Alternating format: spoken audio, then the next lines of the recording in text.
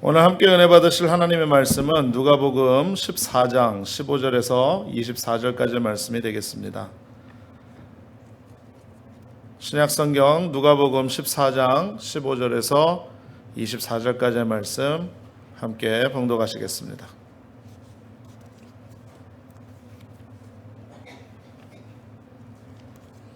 누가복음 14장 15절에서 24절까지의 말씀 다 찾으셨으면 우리 같이 한 목소리로 합독하시겠습니다. 시작. 함께 먹는 사람 중에 하나가 이 말을 듣고 이르되 무릇 하나님의 나라에서 떡을 먹는 자는 복되도다 하니 이르시되 어떤 사람이 큰 잔치를 베풀고 많은 사람을 청하였더니 잔치할 시각에 그 청하였던 자들에게 종을 보내어 이르되 오소서 모든 것이 준비되었나이다 하매 다 일치하게 사양하여 한 사람은 이르되 나는 밭을 샀음에 아무래도 나가 보아야 하겠으니 청컨대 나를 양해하도록 하라 하고 또 한 사람은 이르되 나는 소 5겨리를 샀음에 시험하러 가니 청컨대 나를 양해하도록 하라 하고 또 한 사람은 이르되 나는 장가 들었으니 그러므로 가지 못하겠노라 하는지라. 종이 돌아와 주인에게 그대로 고하니 이에 집 주인이 노하여 그 종에게 이르되 빨리 시내의 거리와 골목으로 나가서 가난한 자들과 몸 불편한 자들과 맹인들과 저는 자들을 데려오라 하니라. 종이 이르되 주인이여 명하신 대로 하였으되 아직도 자리가 있나이다. 주인이 종에게 이르되 길과 산울타리가로 나가서 사람을 강권하여 데려다가 내 집을 채우라. 내가 너희에게 말하노니 전에 청하였던 그 사람들은 하나도 내 잔치를 맛보지 못하리라 하였다 하시니라. 아멘. 우리 전호자에 계신 분에게 이렇게 인사하겠습니다. 하나님이 당신을 엄청나게 사랑하십니다. 인사합니다.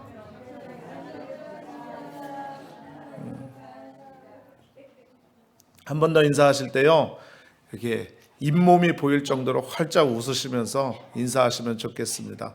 당신은 복받은 사람입니다.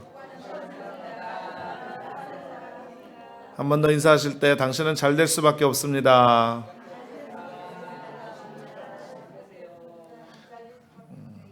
여러분 젊어지고 싶으시죠? 아멘? 네. 젊어지려면 어떻게 되냐면 많이 웃으셔야 돼요.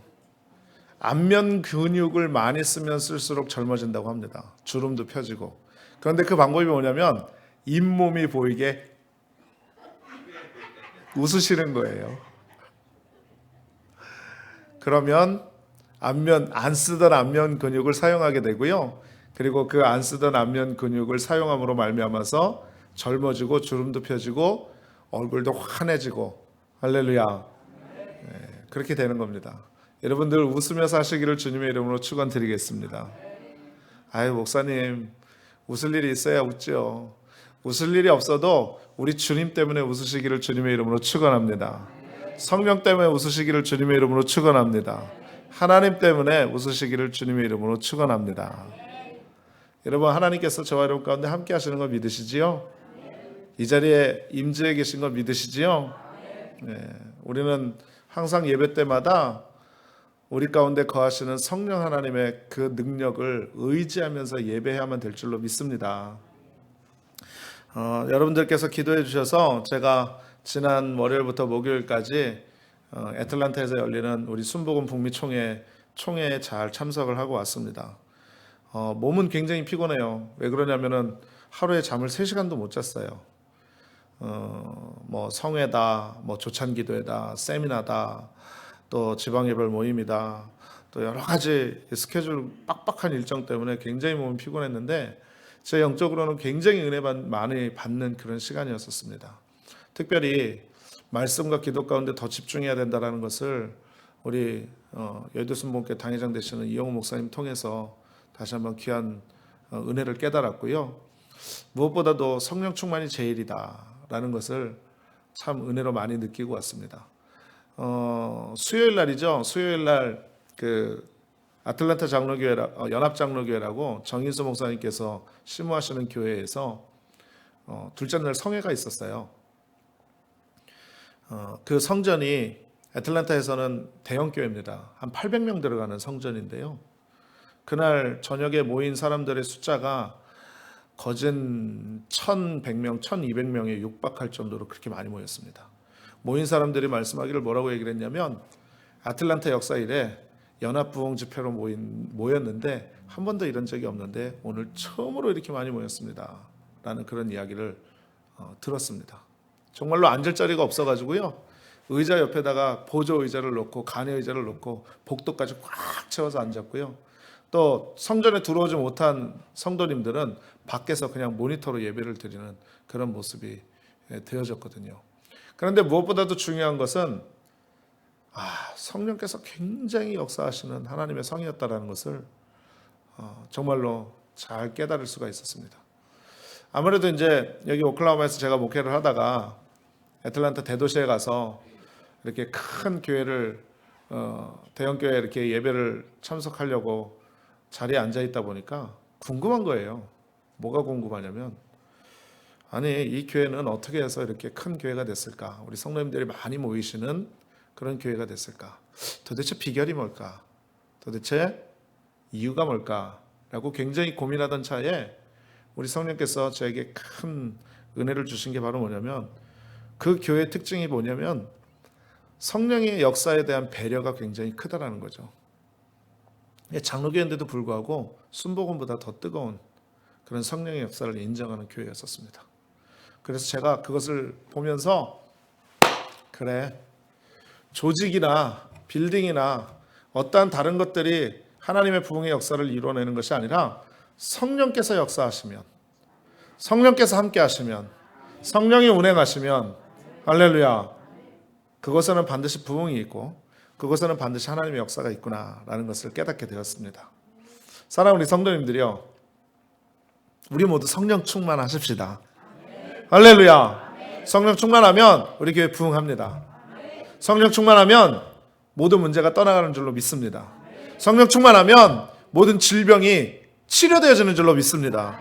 성령 충만하면 우리가 알지 못하고 상상하지도 못하는 하나님의 역사가 우리의 삶 가운데 풍성하게 넘쳐나는 거 믿으시길 바랍니다. 할렐루야. 오늘 설교 끝났어요.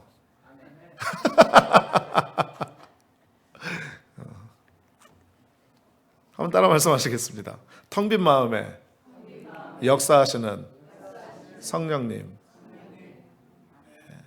오늘 본문 말씀에 제가 말씀의 제목을 이렇게 잡았습니다.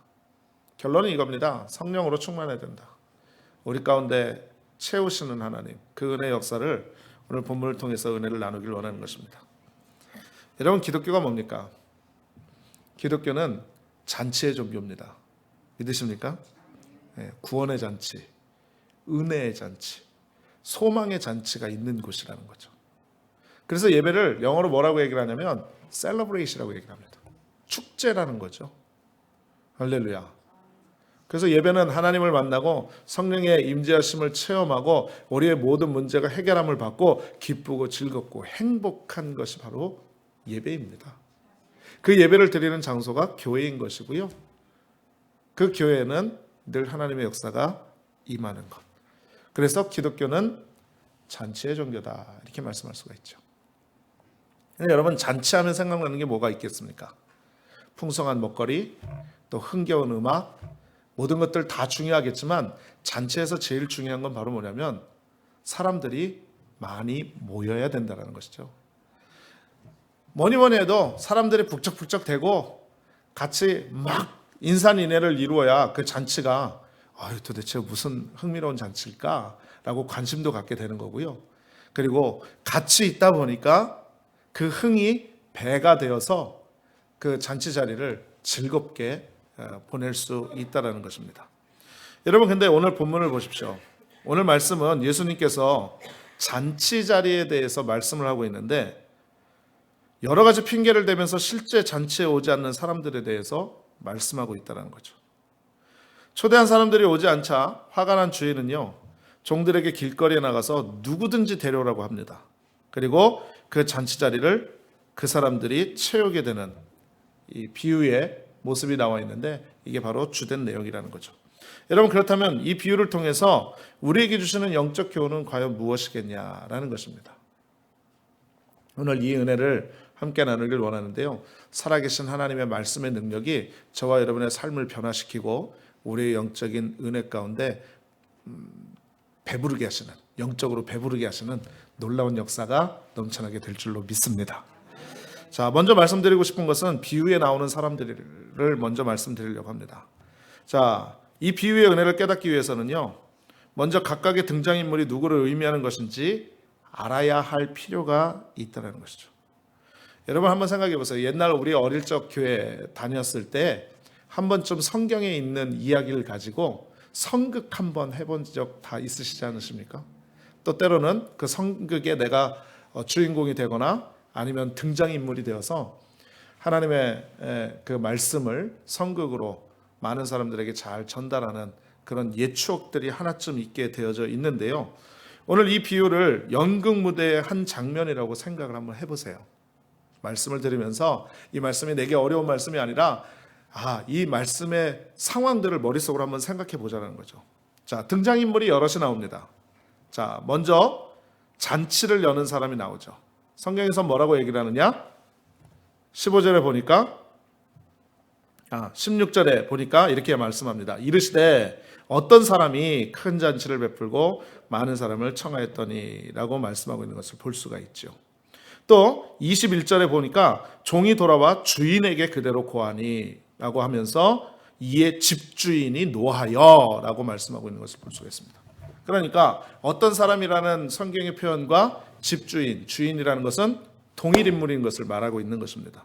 여러분, 그렇다면 이 사람은 누굴까요?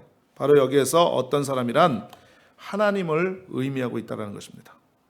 여러분, 성경의 대부분 비유 가운데에서 하나님은 주로 왕이나 집주인, 사업체의 CEO, 다시 말하면 오너로 등장을 하고 있다는 거죠.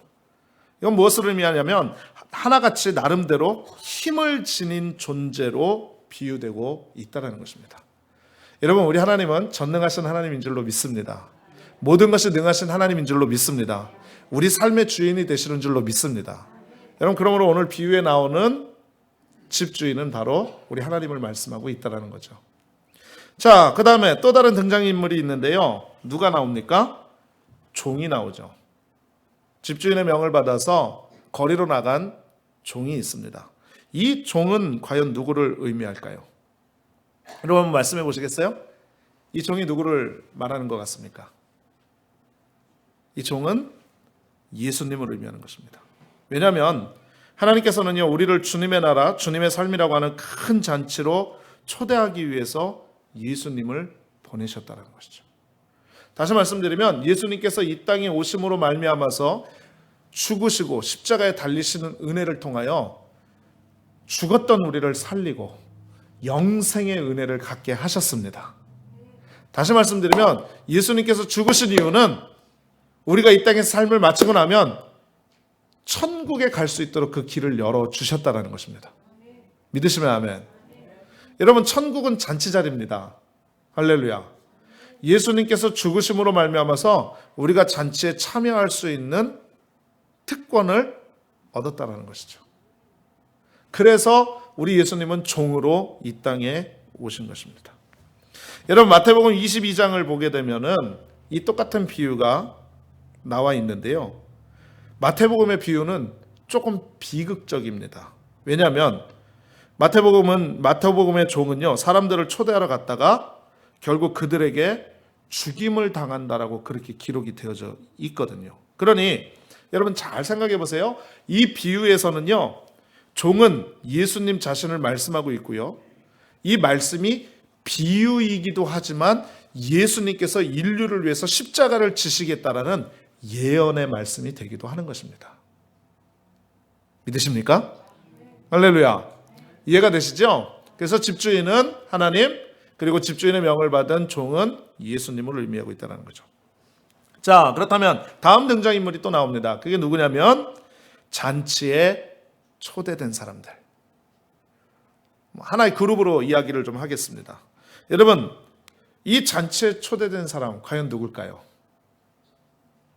누굴까요? 자, 한번 자신 있게 말씀해 보세요. 누구일까요?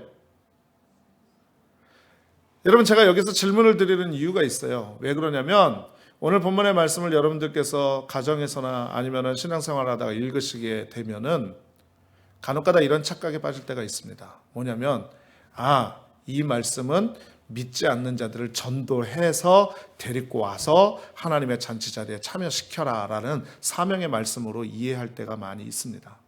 여러분, 비록 틀린 말씀은 아니지만 사실 이 말씀의 비유를 잘 보게 되면은요, 믿지 않는 사람들을 향해서 하신 말씀이 아니라 믿고 있는 저와 여러분을 향해서 말씀하고 있다는 사실입니다. 여러분, 그렇게 되면은요, 당연히 오늘 잔치에 초대된 사람들은 누구냐? 바로 저와 여러분의 모습이 된다라는 것이죠. 그런데 오늘 성경 말씀을 보니까 이 잔치에 초대된 사람들은요, 자기 일이 너무 바빠서 시간을 낼 수가 없다라는 거예요. 초대 자체를 싫어하진 않았어요. 말씀을 잘 읽어보니까 그냥 이유가 있을 뿐이에요. 초대된 것은 너무나도 감사하고 좋은 일인데 그냥 내가 단지 다른 용무가 있었을 뿐이고 정중하게 자신의 상황을 말하면서 양해를 구하고 있다는 것이죠. 그렇다면 여러분, 이들의 변명을 통해서 우리 자신의 모습을 볼 줄 아는 영적인 시각이 있어야만 될 줄로 믿습니다. 할렐루야. 여러분, 그래서 오늘 본문의 말씀은요, 안 믿는 사람들을 하나님의 자리에 교회에 갖다 채워라, 교회에 갖다 전도해라 라는 말씀보다는 저는 어디에 더 초점을 맞추고 싶냐면 23절에 보면 주인이 종에게 이르되 길과 산울타리 가서 나가서 사람을 강권하게 데려다가 내 집을 채워라 라고 말씀하고 있는데, 채우시기를 원하시는 하나님, 다시 말씀드리면 하나님의 성품 중에 하나가 바로 뭐냐면 하나님은 우리 인생의 모든 삶에 부족한 것들을 채워주시는 하나님. 할렐루야. 할렐루야. 그런 하나님이시라는 것을 이 본문을 통해서 말씀하고 계시는 것이다 라고 확신하는 것입니다. 자, 그렇다면 오늘 이 청함에 거절한 사람들, 제가 두 번째로 말씀드리고 싶은 것은 청함에 거절한 사람들, 바로 우리 자신의 모습이지 않습니까? 그러니 한번 잘 살펴보면 큰 은혜가 될 것입니다. 자, 보세요. 자신만의 핑계를 대면서 잔치에 오지 않은 사람들은요, 각각의 이유가 다 달라요.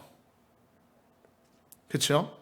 그런데 이들이 이렇게 핑계를 대면서 주인의 초청에 응하지 않은 이유는 단 한 가지입니다. 바로 뭐냐면 채워지지 않는 공허한 인생을, 채워지지 않는 그런 인생의 삶에 대해서 자신만의 방법을 이용해 극복해보려는 의지가 각각의 사람들에게 있다는 거예요.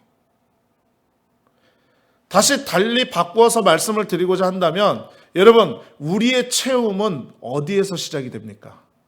십자가와 예수 그리스도로부터 시작되어지는 줄로 믿습니다. 여러분, 조금 아까 채우신 하나님 그랬을 때 아멘 하셨잖아요. 여러분, 믿으시죠? 믿으시죠? 우리 하나님 좋은 것으로 주시는 좋으신 아버지인 줄로 믿습니다. 우리의 삶 가운데 필요한 것을 공급해 주시는 하나님인 줄로 믿습니다. 우리의 모든 삶 속에서 부족한 것을 미리 아시고 우리에게 좋은 것을 주시는 좋으신 하나님인 것 다 의심하지 않고 믿거든요. 그런데 우리의 삶을 보면 항상 그 채우신 하나님을 바라보는 것이 아니라, 그 채우신 하나님을 의지하는 것이 아니라 내 방편과 내 생각과 내 의지로 나아갈 때가 많다는 거죠. 오늘 대표적으로 이 세 사람의 초청에 응하지 않은 사람들의 모습을 보면 우리의 모습을 발견하는 거예요. 자, 보세요. 첫 번째 초청객은 왜 잔치에 못 온다고 말합니까? 첫 번째 초청받은 사람 오라고 그랬는데 왜 못 온다고 얘기를 해요? 뭐 때문에? 밭을 샀다고 얘기를 하죠. 밭을 샀다. 여러분, 이 밭을 산 첫 번째 초청객은 잔치보다 다른 데 정신이 가 있었어요. 어디에 정신이 가 있었냐? 온통 새 밭에 정신이 가 있었다는 것입니다. 여러분, 이것은 무엇을 의미하느냐? 하나님은 당장 필요하지 않은 것, 당장 필요하지 않아요. 하나님은 그냥 다음에 믿어도 돼요. 지금 상황의 형편과 처지만 지나가고 나면 나중에 믿어도 된다라는 거죠. 그리고 지금 여기 새로 산 밭이 나의 인생의 공허함을 채워주고 내게 만족을 주고 기쁨을 주고 행복을 가져다 준다고 굳건하게 믿고 있다는 것입니다. 그러니 여러분, 이것은 온전히 예수님만을 의지하는 신앙의 모습에 반하는 모습이에요. 주로 무엇을 말씀하고 있느냐? 물질주의와 쾌락에 빠져서 그것이 만족을 준다고 철저하게 믿고 있는 사람들이라는 것입니다. 예수를 믿고 있으면서도, 하나님을 의지한다고 하면서도 예수님으로부터 주시는 만족을 누리는 것이 아니라 내 삶의 형편의 주변의 상황들, 특히 물질적인 면, 쾌락적인 면을 통해서 자신의 공허함을 채우려고 하는 사람들의 대표적인 모습이라고 말씀할 수 있다는 거죠. 여러분, 이에 대해서 성경은 말씀해요. 마태복음 6장 21절에 뭐라고 말씀하느냐? 내 보물이 있는 그곳에는 내 마음도 있느니라 라고 말씀합니다. 뿐만이 아니라 마태복음 6장 24절에 이렇게 말씀해요. 한 사람이 두 주인을 섬기지 못할 것이니 혹 이를 미워하고 저를 사랑하거나 혹 이를 중히 여기고 저를 경히 여김이라. 너희가 하나님과 재물을 겸하여 섬기지 못하느니라 라고 말씀하고 있어요. 그러니까 마음 중심에 예수님으로 가득 차야 되는데 예수님으로 채워진 게 아니라 물질주의와 쾌락으로 가득 찬 거예요. 그러니 온전하게 주님을 바라보지 못한다는 거죠. 자, 그렇다면 두 번째 초청객 보시죠. 두 번째 초청객은 무슨 핑계를 대고 있습니까? 예? 소를 샀대요. 그런데 5겨리의 소를 샀다고 합니다. 5쌍의 소를 산 거예요. 5쌍의 소. 여러분, 여기에서 소는 무엇을 의미하냐면 일과 책임감 또는 바쁨 등으로 해석을 할 수가 있다는 거죠. 그러니까 이 두 번째 초청객은 5쌍의 소를 가지고 일할 생각밖에 없는 거예요. 잔치 자리에는 별로 관심이 없어요. 첫 번째 초청객은 밭을 사가지고 온통 그 생각이 밭에 가 있었는데, 두 번째 초청객은 뭐냐면 온통 소와 함께 일할 생각만 하고 있다는 거죠. 여러분, 이건 뭘 의미하느냐? 현대인들 요즘 어떻게 지내세요? 라고 얘기하면 뭐라고 얘기해요? 바빠요. 얼마나 바쁜지 몰라요. 참 별로 하는 일도 없는데 왜 이렇게 바쁜지 모르겠어요. 이렇게 얘기를 하죠. 여러분, 실제로 있는 일입니다. 2012년 뉴욕타임즈에 이런 글이 올라왔는데요. 많은 사람들이 공감했다고 해요. 뭐냐면 사람들에게 어떻게 지내세요? 라고 물으면 100이면 100! 바빠요! 나 너무 바빠요! 바빠서 미칠 것 같아요! 이렇게 얘기했다고 합니다. 현대 사회가 너무 바쁘다는 거예요. 그런데 놀라운 사실 한 가지 말씀드려볼까요? 여러분, 현대인들이요, 그 바쁜 와중에도 텔레비전을 보는데 이 텔레비전 보는 시간이 1년에 약 1000시간이라고 합니다. 1000시간. 잘 이해가 안 되시죠? 그래서 제가 계산을 해봤어요. 사람이 65세까지 텔레비전을 보게 된다면 거의 65세에서 10년 동안 텔레비전 앞에서 이러고 있었던 거예요. 10년을. 바쁘다고 말하면서. 또 하나 또 얘기해 볼까요? 현대인 중에 스마트폰 사용자가 무려 80%, 100명 중에 80명이 아침에 눈을 뜨면 15분 안에 이 셀로폰을 찾는다는 것입니다. 다른 걸 찾는 게 아니라. 그리고 전화기를 확인한대요. 자기한테 메시지 들어온 거 없나, 전화 온 거 없나. 또 조사기관에서 이야기를 했는데 미국인 4명 중에 1명이 화장실 갈 때마다 반드시 휴대폰을 들고 들어간대요. 4명 중에 한 사람이. 여러분, 이건 뭘 의미하느냐면 자신이 바쁘다라는 것을 일부러 나타내는 거예요. 왜? 자신의 삶이 공허하다라는 것을 느끼면, 바쁘지 않다라는 것을 인지하게 되면 자신의 삶이 공허하다라는 것을 알게 되거든요. 나는 도대체 무엇 때문에 이렇게 삶을 지내고 있는가? 도대체 어디에서 와서 무엇 때문에 살며 어디로 가고 있는가? 이에 대해서 생각하기 마련인데, 바쁨을 통해서 이러한 공허함의 모습들을 자꾸 방어하려고 하는 모습들이 있다는 거죠. 그래서 바쁨이 자신의 공허함을 채울 수 있다는 신념으로 살아가지만 세상의 속도를 따라 아무 생각 없이 바삐 달려가느라고 우리를 사랑하시는 하나님께서 점점 더 멀어지고 있다는 것을 알지 못하는 상태를 말하고 있는 것입니다. 여러분, 무엇 때문에 바쁘십니까? 어떤 일 때문에 이렇게 많이 바쁘십니까? 우리는 주님과 복음 증거하는 믿음의 삶으로 바빠야만 될 줄로 믿습니다. 믿으시면 아멘. 자, 하나만 더 얘기해 볼까요? 초대를 거절한 세 번째 사람 보시죠. 자, 세 번째 사람 핑계는 뭡니까? 장가 들었기 때문에 오지 못한다. 여러분, 얼핏 생각해 보세요. 이보다 더 정당한 핑계는 없습니다. 그렇죠? 여러분, 일반 회사도 장가 든다고 그러면 특별 휴가를 줘요. 그런데 결혼이라는 것이, 장가 든다라는 것이 하나님 성경적인 말씀 아니겠습니까? 결혼한다고 그러는데 이보다 더 정당한 핑계가 어디 있습니까? 다른 건 다 몰라도, 다른 건 다 용납이 안 돼도 이것만큼은 이해해 줘야 된다라고 생각할 수 있지만 사실은 여러분, 그것은 함정에 빠지는 일입니다. 왜냐하면 이 뜻은 바로 뭐냐면 현대인의 모습 가운데 사람들과 부대끼는데 지쳤다라는 거예요. 사람들과 관계하면서 지쳤다라고 얘기하는 거예요. 소위 말해서 여러분들, 우리가 이렇게 이야기하죠. 믿는 사람들 중에 교회 안 나가고 교회에서 상처받았다고 해서 혼자 신앙생활하고 혼자 믿음 생활하는 사람들 너무나도 많습니다. 왜? 교회 나가보니까 주회종한테 상처받고 교회에서 상처받고 교우들한테 상처받아서 난 교회 안 나가겠다는 거죠. 이런 사람 중에 한 사람이라는 거예요. 그래서 이제 우리 가족만의 안락한 보금자리로 숨어 들어가겠다는 것입니다.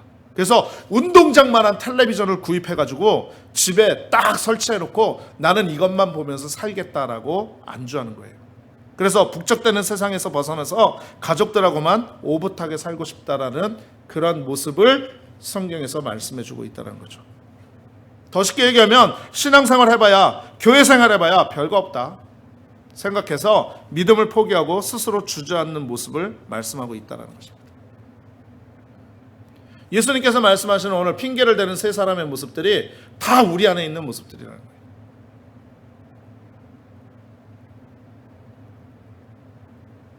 여러분, 여기까지 얘기하면 사실 참 절망적입니다. 그렇죠? 우리가 다 알지만 믿음으로 살아야지, 은혜로 살아야지, 말씀대로 살아야지 늘 고백하고 늘 생각하지만 사실은 알고 보면 잔치자리에 초대된 우리가 이 말씀에서 핑계대고 있는 사람이 바로 나라는 사실을 발견하게 되면요, 너무나도 마음이 불편할 수밖에 없다는 거예요. 그럼 우리는 과연 절망으로 끝나야 될까요? 더 이상 소망은 없는 걸까요? 우리는 그냥 주님 오실 때까지, 아니 내가 인생에서 이 땅에서 사는 동안 그냥 우리는 이렇게 맨날 갈등하면서 살아야 될까요? 그냥 아유 내 모습이 이렇지 그냥 인정하면서 사는 모습이 되어야 될까요? 여러분, 그렇지 않아요. 그렇지 않습니다. 여러분, 아까도 말씀을 드렸지만 이 모습은 채워지지 않는 그런 심령 가운데 무엇인가 다른 것에 의해서 채워보고자 하는 그런 마음들이 얹혀지다 보니까 이러한 모습을 띠게 됐다라고 말씀을 하고 있는데, 여러분, 이처럼 채워지지 않는 우리의 인생에 무엇을 채워야겠냐라는 것이죠. 그 해답은 이거 하나만 기억하시면 됩니다. 여러분, 성령 충만이 해답입니다. 믿으시면 아멘. 따라 말씀하시겠습니다. 성령 충만이 해답입니다. 믿으시죠? 아까도 말씀을 드렸지만 하나님께서는요, 빈 공간을 채우시는 분이세요. 어떻게 증명하느냐? 열왕기하 4장을 보면 남편을 잃고 두 아들마저 빚 때문에 종으로 팔려가야 하는 절망의 순간에서 빈병 가득히 기름을 채우시는 하나님의 역사, 여러분 알고 계시죠? 결혼식장에서 포도주가 떨어졌을 때 항아리에다 물을 아귀까지 가득 부으라고 예수님 말씀하십니다. 그리고 그 물을 떠서 연회장에 갖다 주어라 라고 말씀했었을 때 물이 포도주로 변하는 놀라운 역사가 있었습니다. 여러분, 물이 포도주로 변하는 역사 이전에 하나님께서는 채우시는 은혜를 주셨습니다. 할렐루야. 여러분 요한복음 4장에 보면 우물가의 연이 나오죠. 남편을 5번이나 바꿨는데도 그의 인생에 늘 목마름이 있었습니다. 그런데 그녀의 텅 빈 삶을 우리 주님이 채워주셨다는 것이죠. 여기에서도 채워주시는 하나님이에요. 또 밤새도록 그물질을 했는데 아무런 수확을 얻을 수 없었던 베드로의 빈 배를 물고기로 가득 채워주신 하나님, 바로 그 하나님이 우리의 하나님 되시는 줄로 믿습니다. 여러분 이 하나님께서는요 오늘날도 살아계셔서 우리의 텅 빈 마음과 절망의 순간에서 채워주시고 역사해 주시는 하나님이시라는 거죠. 그래서 오늘도 채워주시는 하나님의 은혜가 저와 여러분 가운데 임하고 있는 것입니다. 여러분 그렇다면 오늘날에 우리의 빈 마음에 구체적으로 어떻게 채우고 계시냐는 거죠. 말씀 하나만 생각해 보길 원합니다. 여러분 에베소서 5장 18절에 보면 바울이 이렇게 권면하고 있어요.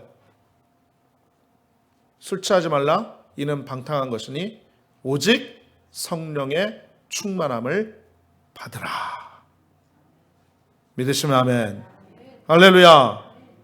여러분 성령의 충만함을 받으라 라고 말씀하고 있는데 여러분 이 말씀은요 선택이 아니에요. 우리 모든 믿는 자들에게 주시는 내가 받을까 말까? 아니 한번 받아볼까? 아니 안 받아도 돼 이런 사항이 아니라는 거죠. 명령형입니다. 반드시 받아야 된다는 것이죠. 여러분 특정 교단이나 원하는 사람에게만 주시는 그런 말씀이 아님을 기억해야만 될 줄로 믿습니다. 여러분 우리 모두가 예수 믿는 사람이라고 한다면 성령 충만밖에 없습니다. 할렐루야. 또 성령 충만을 받으라는 말씀은요 그냥 한 번 받고 끝내라는 말씀이 아니에요. 이것은 뭐냐면 숨을 쉬고 밥을 먹는 것처럼 계속하라는 거예요. 계속하라는 거예요. 어제 성령 충만했다고 해서 오늘도 성령 충만하리라는 법은 없습니다. 오늘 성령 충만했다고 해서 내일도 성령 충만하리라는 법은 없습니다. 다만 우리가 매일같이 숨 쉬듯이 밥 먹듯이 하나님 앞에 성령의 충만함을 구하는 역사가 있어야만 된다는 것이죠.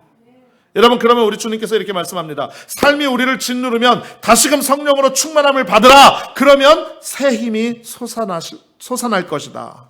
이렇게 말씀하고 있다는 거죠. 사랑하는 우리 성도님들이요. 오늘 이 대표적인 세 사람이 무엇을 말하고 있습니까? 모두가 하나같이 자기 자신을 생각하고 있다는 거죠. 주인의 마음을 헤아리는 것이 아니라 자기 생각, 자기 사정을 늘어놓으면서 초청에 응할 수 없다는 거예요. 여기에 바로 문제가 있는 겁니다. 주인의 초청에 응하려면 먼저 내 자신에 대한 계획이나 생각은 잊어버려야 되거든요.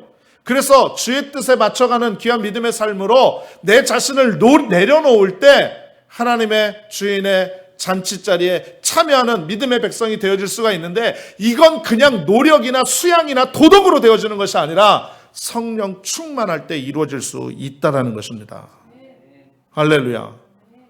여러분 우리가 어떻게 영원히 목마르지 않는 거룩한 기름 부음을 받을 수가 있을까요? 따라 말씀하겠습니다. 주님 제 안에 쓸모없는 것들을 남김없이 비우고 하나님의 영으로 가득 채워 주시옵소서. 우리는 날마다 기도해야만 될 줄로 믿습니다. 여러분 성령은 언제 어디서나 우리와 함께 하십니다. 성령은 우리가 하나님의 일을 할 수 있도록 특별한 은사를 주세요. 우리를 상담하고 위로하시는 분이세요. 매일매일 우리를 그리스도의 형상으로 변화시켜 주시는 분이십니다. 우리 자신이 낡은 방식에서 벗어나서 예수님처럼 생각하고 행동하도록 만들어 주시는 분이 바로 우리 성령님이십니다. 또 성령으로 충만해지면 온전한 삶이 무엇인지를 깨닫게 되어지는 것입니다. 여러분 다시 큰 잔치 이야기로 돌아가면 종이 주인에게 너무 바쁜 사람들에게 관한 안타까운 소식을 전하지요. 그러자 주인이 이렇게 말합니다. 나는 자리가 꽉 차는 게 좋다. 그러니 잔치가 열리는 마당을 가득 채워라. 삶과 마음속에 빈 공간이 남아있는 사람들로 채워라. 어디에서 뭘 하며 사는 사람인지 과거에 무슨 짓을 저질렀던지는 중요하지 않다. 복장이 적합하지 않아도 괜찮다. 시끌벅적한 사람이라도 상관없다. 그저 마음이 빈 사람들이면 된다라고 말씀하고 있는 것입니다. 여러분의 마음속에는 하나님께 드릴 빈 마음의 공간이 있으십니까? 여러분 우리 굉장한 기독교사에 영향력을 끼쳤던 무디 목사님이 이렇게 말씀했어요. 하나님은 자기 자신으로 꽉 찬 사람 외에는 누구도 비워진 채로 돌려보내지 않으신다라고 말씀합니다. 여러분, 교회에 올 때는 참 상처도 많고 지난 과거 시간들을 보게 되면 참 어려운 일들을 겪으신 분들이 많아요. 그것 때문에 힘들어하고 아파하고 주님 앞에 매달려 보지만 특별히 눈에 보이는 것 없고 손에 잡히는 것 없고 귀에 들리는 것 없어서 실망하고 좌절할 때가 많습니다. 그러나 여러분, 중요한 것은 이겁니다. 나의 마음 가운데 세상의 것들의 모든 것들을 비워버리고 오직 주의 은혜와 긍휼을 구하면 하나님께서 우리의 빈 마음 가운데 하나님의 것들로 가득하게 채워주시는 놀라운 역사가 있는 것 믿으시기를 주님의 이름으로 축원드리겠습니다. 여러분, 우주에서 가장 풍성한 잔치집 문 앞에서 잔치 초대장을 꽉 움켜쥔 채 굶주리는 사람들이 얼마나 불쌍합니까? 문틈으로 흘러나오는 음식 냄새만 맡고 있지 말고 입맛만 다시지 말고 머뭇거리지 말고 어서 들어가서 자리 잡고 앉아서 잔치의 주인공이 되어야만 될 줄로 믿습니다. 오늘도 우리 가운데 채우시는 우리의 텅 빈 마음에 역사하시는 성령 하나님을 찬양하며 우리 모두 가운데 하나님의 크신 은혜가 넘쳐나시기를 주님의 이름으로 축원합니다. 축원합니다. 축원합니다. 기도하겠습니다. 전능하신 아버지 하나님, 하나님은 늘 우리를 하나님의 잔치의 자리로 초대하시고 부르시는데 우리의 마음 가운데는 늘 세상과 다른 것들이 가득 차 있어서 빈 마음이 되지 못해 하나님의 은혜를 채우지 못하는 연약한 모습 가운데 있음을 고백해 봅니다. 전능하신 아버지 하나님, 간절히 기도하오니 우리의 모든 마음 가운데 세상의 탐욕, 죄악, 불순종, 모든 연약한 것들 다 예수 이름으로 몰아내어 주시고 우리의 빈 마음 가운데, 텅 빈 마음 가운데 성령으로 채워주시는 하나님의 은혜로 가득 차게 하여 주셔서 더욱더 주님을 바라보고 우리가 주님 베푸신 잔치 자리에 주인공 되어주는, 참여하는 귀한 은혜의 성도들 다 되어줄 수 있도록 주님 축복하시고 복을 허락하여 주옵소서. 모든 영광 주께 올려드리며 이 모든 말씀 우리 주 살아계신 예수님의 이름으로 간절히 축복하고 기도하옵나이다. 아멘.